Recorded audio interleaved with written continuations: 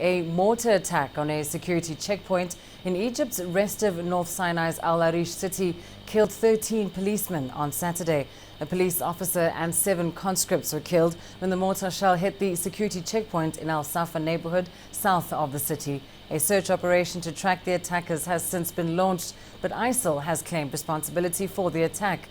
Egypt has been facing attacks targeting its security agencies, mostly in the Sinai Peninsula.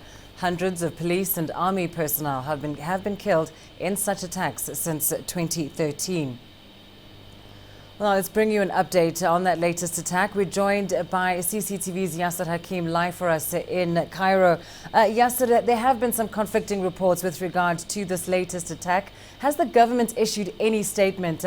What's the latest coming from your end? Yes, the government said that the attack was on a police checkpoint. It started with a car laden with bombs that entered that checkpoint and it blew up. It caused a lot of confusion in the area, which helped, and also more forces were coming to see this car bomb to deal with it, and that's when the mortar shell was hit the checkpoint and causing more casualties. So it was a sort of a double raid on this checkpoint in al-Safa area on the outskirts of El-Arish, the city of El-Arish, the northern tip of Sinai.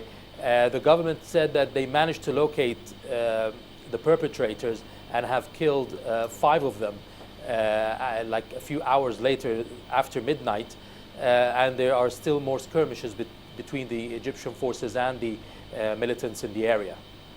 Well, of course, this is only one of the latest in a series of attacks, Yasser, that's been targeting security agencies.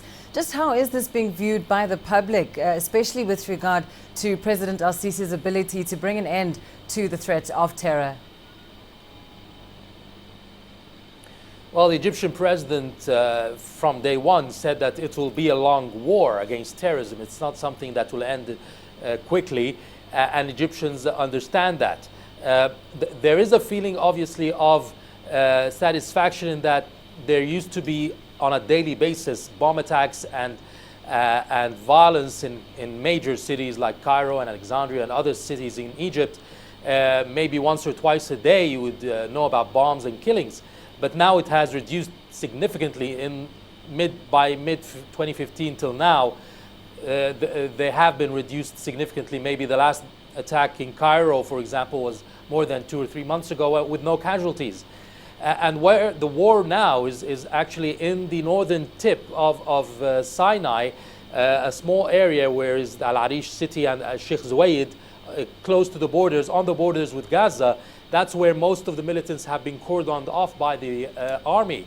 And that's where the real war is happening, and the casualties are happening for the policemen and the military. A lot of inhabitants have been pushed out of this area to be able to help the army be able to crack down on militants without causing casualty to the civilians. But the infiltration from the borders, from the tunnels, from other cities, and also those militants have been there for a while. They're not just in the last few months. They've been infiltrated like 2 or 3 years ago during the instability and the political the security vacuum that happened in Egypt after 2011. And they are at this point being at war with the army. But the rest of the country is fine. Egyptians do want it to end quickly simply because of tourism. The news of attacks that come out to the media outside Egypt would give an impression that the whole country is insecure, and therefore tourism would not be able to return in large numbers as hoped to help revitalize the economy. And this is the only setback, and this is a setback for the terrorism issue in Egypt at the moment, and the Egyptians want it to end as quickly as possible. I'm sure they do. Well, thank you very much for that update. Yasser Hakim, live for us in Cairo.